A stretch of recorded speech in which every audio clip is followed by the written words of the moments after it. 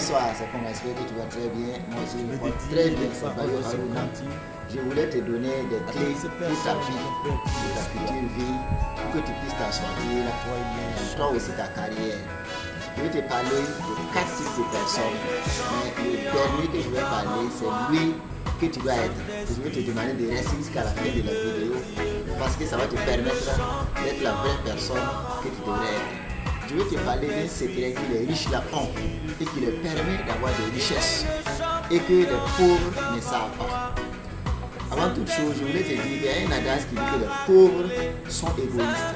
Quand j'ai cherché à comprendre cette situation qui dit que les pauvres sont égoïstes, je me suis retrouvé émerveillé par cette situation. Qu'est-ce que la situation veut dire réellement?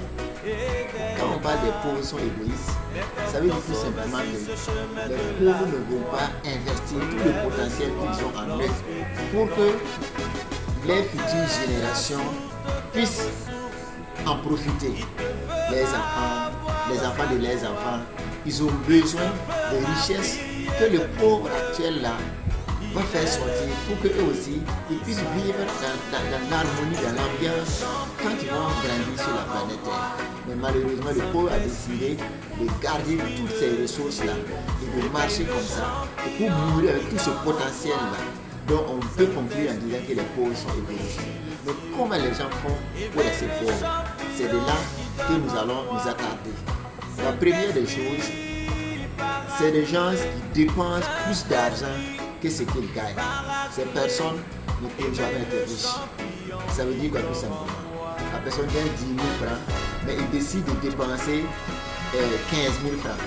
Ça veut dire qu'il y a 5 000 francs de plus dans ses dépenses. Et tous les jours, il sera endetté, il sera en train de chercher de l'argent pour combler ses dettes. Et cette personne ne peut jamais être riche.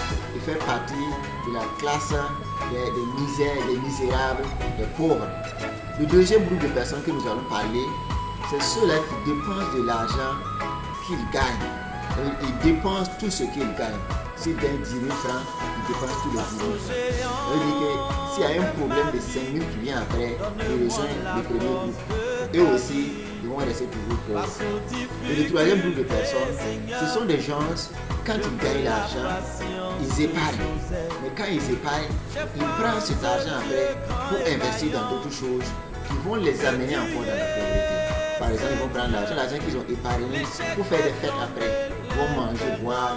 Et le capital qu'ils avaient réservé là, ce capital va aller encore en brousse. Ça va aller dans les WC et ça va aller peut-être dans les urines. Et là, ça ne va pas accompagner. L'argent meurt sur le champ, le capital meurt sur le champ. Maintenant, le dernier groupe que moi je te souhaite, je souhaite que tu sois cette personne-là, et qu'ils gagnent l'argent, ils décident d'épargner. Et quand ils épargnent, ils prennent ce qu'ils ont épargné là pour faire quoi? Pour investir encore.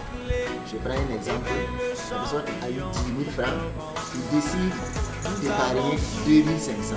Et quand il prend ces 2 500 là, il va aller encore ouvrir une autre entreprise qui va lui permettre, avec ces 2 500 là, de gagner encore des revenus. Et quand il va encore ouvrir cette entreprise, ce qu'il va encore avoir là-bas, il va prendre, dépenser et épargner une partie pour encore investir. Et ce sont ces personnes que vous voyez aujourd'hui, qui sont des riches, des millionnaires, des milliardaires. C'est les principes là comme ça. Je vous explique ça et c'est une discipline qu'il faut s'imposer. Sinon l'argent, il veut seulement quand on le dépense. Mais une fois que nous nous mettons dans cette discipline et dans cette logique, nous allons être des héros. Nous allons avoir ce que nous voulons. J'espère que tu as bien aimé ce que je t'ai dit et je te souhaite le meilleur. Merci.